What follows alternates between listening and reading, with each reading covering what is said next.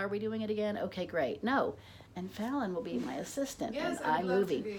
Absolutely. So what I want us to do when we come to class on Wednesday, and I'm going to keep doing it on Wednesday, 7:30 to 9:30. Finally, you have to pick a time and you have to do it. Mm-hmm. I can't fix it for everybody. The altar will be clean and there will be fresh flowers there. There will be a clean glass of water. There will be the white candle and there will be the holy water bowl. And in this event, I have used bottled water. I have used natural sea salt from Morton. I do recommend for magical working that you use sea salt from the ocean, not Himalayan or mountain salt. This is dried ocean water, which I believe is why sea salt is important. The ocean is the font of the female womb. It carries the minerals. It has those qualities that we want, unlike mountain salt, which is masculine. I have sea salt. I have about 6 drops of frankincense. And of course, this is from Hex. There are good, reputable places to buy oils like Mountain Rose Herbs. Bulk Apothecary has some really good things. So I put 5 or 6 drops in that bowl, water, a teaspoon of sea salt. And I didn't do it today, but often I'll put a splash of Florida water in my holy water. And you can certainly make this in a jar and keep it sealed up. And as the psychics know, we also make little things like this in spray bottles so that when creatures come in our booth and are crappy and ill-behaved, we can spray the seat when they leave. But also get your hands, do your face.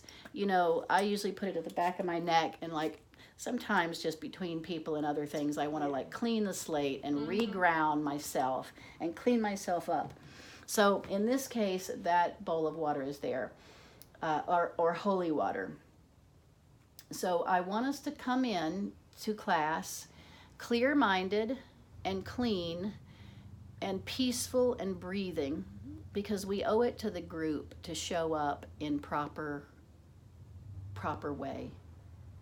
We leave it to the group to not bring our things into the room. We want to bring our highest and our best selves into the work, because as we all contribute to the work together in the highest, we will all materialize and experience the very best that we can. So I do think it's sort of a privilege to work together and a responsibility to check yourself, to check up and say, how am I? What am I? Am I clean? Am I peaceful? Am I bringing myself in here in a holy way? That's what I want for us to do. Go to the altar, sort of bring in the light and observe the light. That's our symbol for the one, the source, the life force. And then take the holy water, and I'm going to teach us the Kabbalistic cross, but use that to cleanse ourselves and center ourselves. And then take your seat. And that way everyone's participating in grounding at the altar.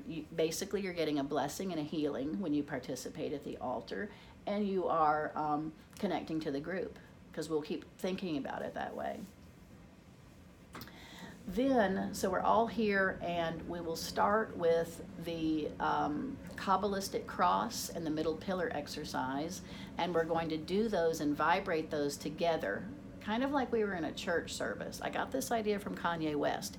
Do you know he's making like $75 million a minute on his church? I mean, Ed just told me about this. He has a church? Yes, and it's a music, and it's speaking, and it's preachers, and it's, I mean, you know, Kanye West is strong right core Christian, you know, but he has it's an auditorium that holds 20,000 people. It's like $75 to go, and it's music and talking, and I mean, these people just are laying on the ground to get in there.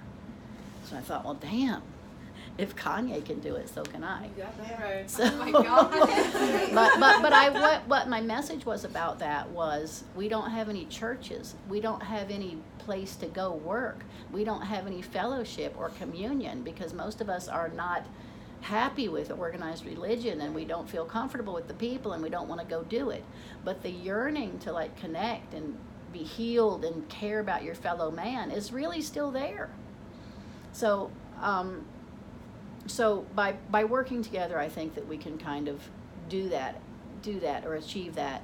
And by doing the practices together, vibrating the middle pillar, vibrating Kabbalistic cross, learning our ritual of the pentagram, motions, face the east, do it together, vibrate it together, it will be like a worship service or a worshipful event. Then we'll sit down and I'll go into the subject for the day and do a lecture. Try to be short, because I also want to take us into a lot of path workings and visualizations where you are put in a state of relaxation by our breath work. We might experiment a little bit more with even semi-hypnotic states and do things like past life regression and connection to connection to our own spirit guides and teachers. We'll probably work heavily on the Egyptian, Greek, and Roman mythology patterns so that we can do those in our own mind, because those patterns really are universal for human development and connection to the gods. There's all kind of magical techniques I learned by following even the Arthurian mythos and the English traditions of the castle, the Grail, the search for the Grail. And of course, there's a lot of Christian overlay in the English stuff. I was horribly offended as a young person because Christianity is not my flavor.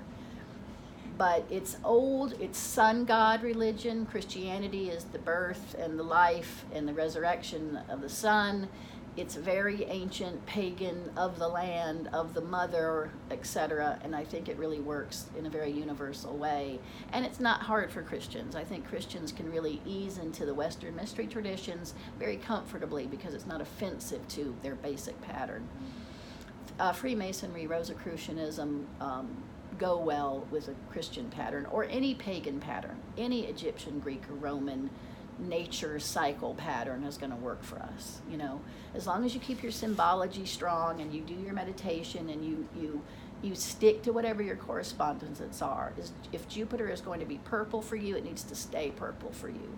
Because if you want to be doing a Jupiter working, you need to be able to embody those correspondences, not figure out which one do I use today. You know it. You have it in your body. You can use it.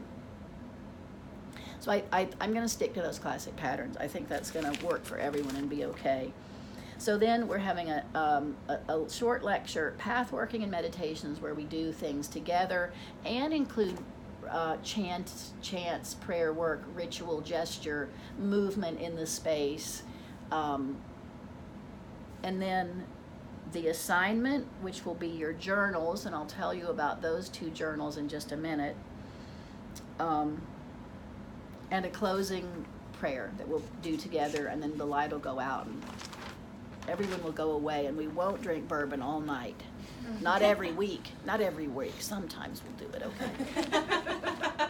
So that's the pattern. You're going to have 2 journals, and I'm going to talk about that in a moment, though, the work that you'll be doing on your own. I would like to say that every 3 months we can have temple, where we bring our robes and we bring offerings and flowers and we work a full ritual. It'll probably be a 3 or 4 hour night, concluding with bread and wine and Eucharist and communion and fellowship, because that's where you let all that energy you build up go into the group and kind of ease into the working. And my vision for that are basically healing work and enlightenment work. You know, you can do anything in ritual. There's just a multitude of patterns. But I think it's a great idea if we work in the first, year maybe on healing and enlightenment. And then if there's energy left over, give it to the earth to spread out to the people and animals and plants that are in need. Because I think that's really wholesome to do.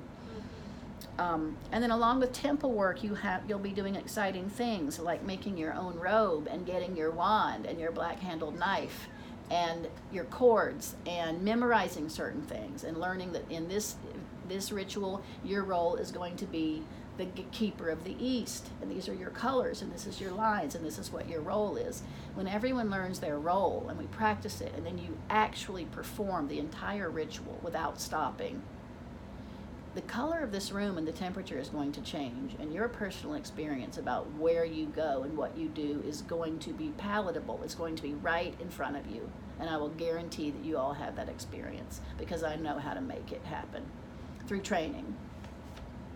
And then use that in great ways. Use it to help yourself be well and whole and strong and purposeful and serving. I'll have to say, many people magically want to do things to get what they want. We all have to get what we want. You know, we've got to eat, we've got to pay our bills, we've got to get loved.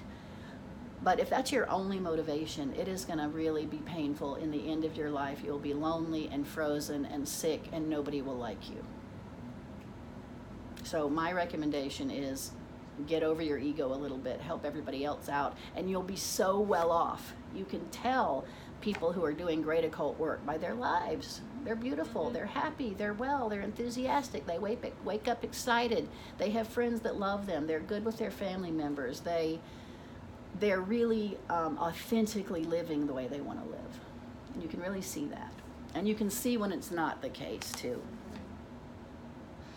So how I'm running the school is I'm charging $15 a month to participate. If you're not here, this video will go on our Facebook group or my YouTube channel. I haven't quite, I want to give a password so that this is not accessible to people that aren't working with us. I'll have handouts with bibliographies and other things. Those will be PDFs on the files that you'll be able to get and copy yourself. Group work, library time. I have a really fabulous library, especially in herbalism and in occult healing. So I want to make it on Wednesdays, or if it's another time that there's an open library time. I do not lend my books out, but you could come look at books and sit and do your research for whatever you need to if you don't want to buy a book. And also smaller groups can form. If 3 or 4 people really want to dig into astrology, I will show you my American Federation of Astrologer coursework chapter by chapter and say, if you guys want to work this, I'll make sure you get it right. If other people want to really focus on herbalism or magic spell creation or making spell work, and you want to form a group, I will help you make sure that you've got the right books and you're going in the right direction. And then on top of that, I'm going to channel mysteries from the universe to you directly about your work and your soul. Now, I know that sounds really far-fetched, doesn't it? And I really thought about that. I was talking to one of my spirit guides, and I was like, dude, man, that's just, people aren't going to go for that. That's just way too hokey. And he goes, Elie, this is one with a really deep he's the old Egyptian. Elie, don't you realize what that could be for someone? In just 1 millimeter of 3 words, you could switch their energy to the right direction personally. And I was like, okay. Okay, I said, okay, of course I said okay. I always say okay to them. And because what we don't get in books and online is somebody else looking at your aura and your psyche and saying, it's not from Elie. I'd be doing that. We'll be doing a ritual where we'll all probably learn to do it for each other, where you're channeling directly from source to that person's soul. This is what you need to hear. So I think that's a really cool tool of individualization. Okay, so the 2 journals. The daily magical journal. If you don't write it down, you will not get what you really could get out of your work. I'm gonna, and I will do it in the next day or so. I'm gonna write a month of big astrological markers, maybe like 2 months. You know, what's the moon phase, where's the sun, where's Mercury, if there's anything big going on with the planets, and the date, so that you can kind of be aware in your journal certain astrological things are going on around me. We need to note the season. Personally, I always would note the season, the weather, my own biology, especially as a woman with menstruation, PMS, hormones. I just would make a brief note about how crazy I was that day. My diet and my frame of reference, like if I'd worked 15 hours or if I was on the road at an art show, or just so I could have a framework of what that day looked like. Then I would do my opening of the veil, my Kabbalistic cross, and my middle pillar activity, which are meditations of healing and aura building. They're basically psychic self-defense. And they situate you in your being in the universe in an equilibrated way. They ground you, they center you, they protect you, they heal you. And if you do them daily, within 6 months, you'll begin to vibrate that energy in your body and your aura, and you'll be getting better just as a uniform being, because you're doing this practice and vibrating these Hebrew God names correctly, which I will be showing you. And then you have a meditation assignment. And my goal there with the subjects is to go right back into thaumaturgy and start talking about all the big correspondent symbols, like the planets, Jupiter for a couple weeks, the sun for a couple weeks, and then all of its associations, so that you're learning magical data, but you're learning how to meditate about these bigger themes, and then we'll tie these themes together. And then you have to journal it. Most of you will probably type on a word program, and I don't need to see it, but I need to see that you're doing it, because we need to look at it sometimes. If something's not going right for you and your magic's goofing up and there's something wrong, we need to look and see what's happening. Then at noon, there's usually some sort of solar salutation to the highest focal point of the sun and its height, and most of us do a bow to the east at noon. In the evening, you want to do some sort of ritual gesture in the evening, or just 5 minutes of just peaceful meditation or visualizing maybe healing for the earth. And then as you go to sleep at night, you're going to do what's called the reverse meditation, and you're going to think about your whole day in reverse. You know, I brushed my teeth, I got in bed, I brushed my teeth, I answered my final email, I watched something or played Pokemon or whatever you're going to do, I cooked dinner, had sex, blah, blah, blah, blah, blah. When you look at it your whole day in reverse, you should be analyzing your emotions, your response to other people, the quality of your ethics, the high vibration of your thinking and rational state. You should be able to notice, I had this outburst of crazy jealousy today, and it made me so mad at work. And, you know, you don't need to judge it, but you need to see it, that you did that. When you do the self-introspection in different techniques, and we'll do lots of different techniques for these things, all of a sudden you begin to see your strengths and weaknesses, you know, how you are composed as a human, what your personality is like. In addition to that, we'll study all of our natal charts so we can understand ourselves from an astrological point of view. And when you start to notice these patterns and ways, then you start to notice what you need to do to fix them. And it's subtle, and it shouldn't be too stressful, and it doesn't need to be critical. All humans are having these things happening. Most humans are not looking at themselves at all. I liken us to a big block of wood that's just floating in this multi-dimensional, incredible universe, like, boo, boo. It's like, how are you? I'm a cow eating a hot dog at a football game. And they're like, they're just like, it's on Facebook for 17 days. They're like, this was the most exciting, biggest shirt they've ever seen in their lives, and that hot dog was incredible. But that's it's like, block of wood, you know? Yeah. But if you could see it from all the dimensions, you know, and you think about nourishment and your body and your feelings and men playing sports and who's you love next to you, you know, you can really start to get bigger dimensions and start to really understand the workings of the universe and our role in it and why we're here and what's going on. Mm-hmm. And I've spent 50 years debating in my brain, what's the point? What's the point? I don't think there is one.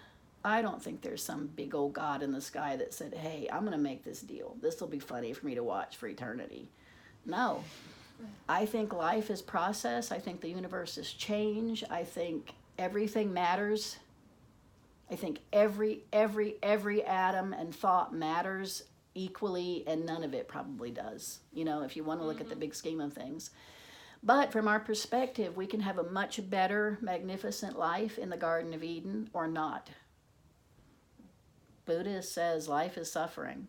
I think we all agree that the physical world is suffering. And then we've seen what happens when people strive and do better and have compassion and love and healing and help and growth and peace. And we're just like, dang, that's probably really worth going for. Mm-hmm. So I don't spend as much time anymore criticizing the philosophies of the religions. I just basically do the work, and it's helped me a lot. So the journal, the daily journal, will be book number 1, and that's probably just best with a spiral notebook, because you're just going to be jotting some notes down on a daily basis. If you want to type it, you can type it. The other book may be better to be like loose leaf binder because it's going to be our correspondences book with all the magical topics that we're talking about. And you might want to move things around. For instance, if we talk about Jupiter one day and I go through 5 Jupiter herbs, you're just going to want to drop those down, but maybe then move that to your herb section or your planet section or your colors and oil section. So I think that's probably whatever's easy for you guys. I wanted to show you guys some of my journals over the years. Forever, I kept this kind of a journal, and I love making my own journals and my own books, and we'll have book sewing periodically. But so I would start a journal. This one would be started, and I would use a lot of cutouts because I'm an artist, so I love cut and glue, and I love to find ideas and images and poetry and all that kind of stuff. Elie Barnes, that's me. And this journal was started on November 5th, 2001. Diana gave me my first crystal ball and brass stand for my 37th birthday, November 5th, 2001. And there's my crystal ball up there, the really big one. And Diana's my mother. So I had smaller ones, but that's a very expensive crystal ball. And to get that as a gift for her at 37, I was like, I have arrived. I have arrived. I have now the most magnificent crystal ball. So then April 18th, 2002, Thursday morning meditation. I typed and glued in, and I have pictures and things that I see and stuff I'm working on because I love a cut and glue diary. I just love these. And I got a hawk and I taxidermied that. That's the picture. I've got 2 big old birds in the shed right now that stink to high heaven. I have a massive owl and a massive hawk that are getting mummified. Oh, autumn equinox. Oh, All Hallows Eve. Oh my God. Okay, so this was just my daily magical journal. Then here's a great example of a correspondences journal. This is my Kabbalah book. We have to learn Kabbalah theory. There's no way around it, but I will present it in ways that you guys will be able to understand. So Keter is in absolute. Keter is the king. And so I would find images and things and data. I printed data about each of the sephira and the paths in the Tree of Life and the 4 worlds. And as I found archetypal images that represented that idea, I would glue them in my book, because what I got over time is this wonderful book of information, words, tarot cards, pictures, mythology stories that showed me what the thing meant in the symbolic language. So this is kind of an example of one of my books of correspondences. All of these journals down here and all of these notebooks are all 10 years of typed meditations and work for servants of the light. And many of these books are things I created during my schooling to help me, because I enjoyed working this way, pictures and cutout and stuff like that, but to help me understand very difficult subjects and very loose, etheric subjects. You want to get your brain on it, and this was a way for me to do it. So at the end, I'm going to stop talking, but I want to show you what I want to do. Okay, and the books. Because my training is Servants of the Light, Walter Ernest Butler, I'm going to be using his books, but for the Western Mystery Tradition, John and Caitlin Matthews, The Western Way. This is a 2-volume book, and it's the history of the Western Mystery Tradition from cavemen to today. And it's a beautiful, concise history of many, many, many of the things I'll be talking about. And I'll type these up so that you guys don't have to write every single one of these down. And I'll put it in the notes to the Facebook group. The 2 psychic books that I'm going to use to train us in our psychic ability is this giant psychic development book. I know it's heavy and giant, but everything is in here. It's a step-by-step, chapter after chapter to learn specific psychic techniques. This is a very good book. And then Buckland's Book of Spirit Communication. I have many books on mediumship. I still go back to this one because it's so workable. It's so workable. It's just not that, you can get your head around it. So, and I'm putting these books, the big Llewellyn's Book of Psychic Development, so that if you could just get these few for your library the rest of your life, you'll be in great shape. For the Ritual Magic, the Temple Work, Ritual Magic Workbook by Dolores Ashcroft Nowicki. I've taken all of these classes in person in a temple in Atlanta. So I know this. And Donald Michael Craig's Modern Magic in 12 Lessons. I know it looks kind of hokey, but this is really classic ritual magic in a temple stuff. And so these are the two books that we can use and read and work on together to do temple work. And temple work, because Western mystery tradition is not a religion. Like my religion is Alexandrian witchcraft, and that is what I do as my devotional religion. Those gods, my coven, that temple, it's very specific. I won't be discussing it here or bleeding into this work, although these are extremely compatible. Alexandrian witchcraft uses this classic Western mystery structure as its philosophy and hermetics. That's why I love that style of witchcraft so much. But that's where we have our church. You know, we set up the altar, we set up our God forms, we're all chanting and dancing and working together to celebrate the God and the goddess. Western mystery tradition isn't religion. So the temple work is a tool to continue to use larger scale work, ritual, movement, singing, chanting, acting out a story, taking a role, to participate in a big archetypal mythology, but without making it a religion. Because that's why it's so nice for people of different religions can come together to do like an Osiris ritual, and it makes sense to everybody, you know. So those two books for that. And then for the training of the self, Walter Ernest Butler's books. And the training of the self is all psychic training. It really is. Practice how to read the aura, practice psychometry, telepathy, and clairvoyance. This is just one of my godsend books. Magic, Its Ritual, Power, and Purpose by Walter Ernest Butler. Some of these are out of print. Look for them on like thriftbooks.com. They're like $3. Lords of Light, The Path of Initiation into the Western Mysteries. Walter Ernest Butler. Walter Ernest Butler, Practical Magic in the Western Mystery Tradition. And Apprentice to Magic and Magic in the Kabbalah. And some of these got rewritten and blended. Some of them have some chapters alike in them because over the last 40 years, this stuff's been reprinted and publishers have changed.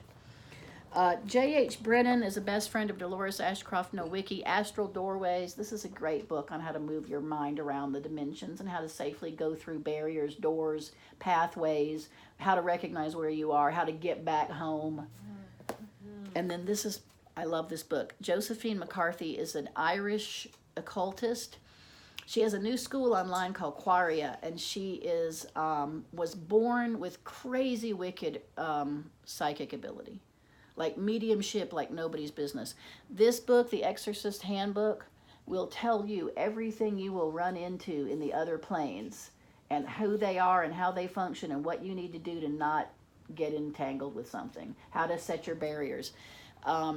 This is so practical and good, this Exorcist Handbook book. Because when you start traveling in the astral and meditating and doing path workings, and all of a sudden you come up to this big black pillar in a red background that scares the crap out of you, you need to know where you are and what that thing is and what you need to do with it. Because sometimes just running away with fear isn't going to help you. So those are the books that I kind of have laid out that we'll work on. And we'll see as people join in. I had a lot of people. I have 46 people on my mailing list. Most of those people have contacted me.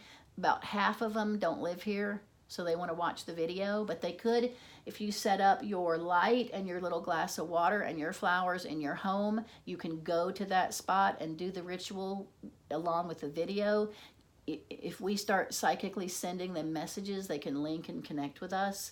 They can come live as much as possible for like a Saturday retreat or a 2-day workshop, especially if we're going to do ritual. And there's no reason why other people can't read, memorize, and keep their journals and all that on their own and check in with us as much as they possibly can. I know, I'm going to be so much looking to the side in this video, Ellie. Your neck better be good, girl. It's got to be funny, too. We can superimpose some really nice shots, though. Right. superimpose the books. Editing is the key. Really. Fallon's talking about editing. Editing is the key. The editing, yeah. Your voice is all that matters right now. Right. Your voice. Really, I did this cute little test thing before, and I was like, oh, I don't look too shabby. Oh my God, my hair, blah, blah, blah. And then my spirit guide said, but Elie, it's not what you look like. It's what's coming out of your mouth. Yes. That's it. That's it. That's what you're saying, yeah. And as people join in, I think we'll get more people involved here in the room, and the sky's the limit. I don't need to control everything. I am going to be really specific on the way I dole out the education and the requirements. Mm-hmm. If people show up drunk and goofy and they don't do their work, it's not going to help any of us to drag them with us. But no disrespect. This isn't going to be for a lot of people. It's going to be some amount of work, and they're not going to want to do it. I'm just trying to disassociate from that and just be here for the people that want to work on it and not stress about the people that don't want to work on it. And that's my take on it right now. I think it's going to be really fun. I think it offers the other side of occult training that we're kind of missing these days, and then help you find your people. There's a ton to do in this city. I want to help everybody get where they need and who they need and all that. So I think hopefully it'll be a good, just a good tool for the community. Okay, the end.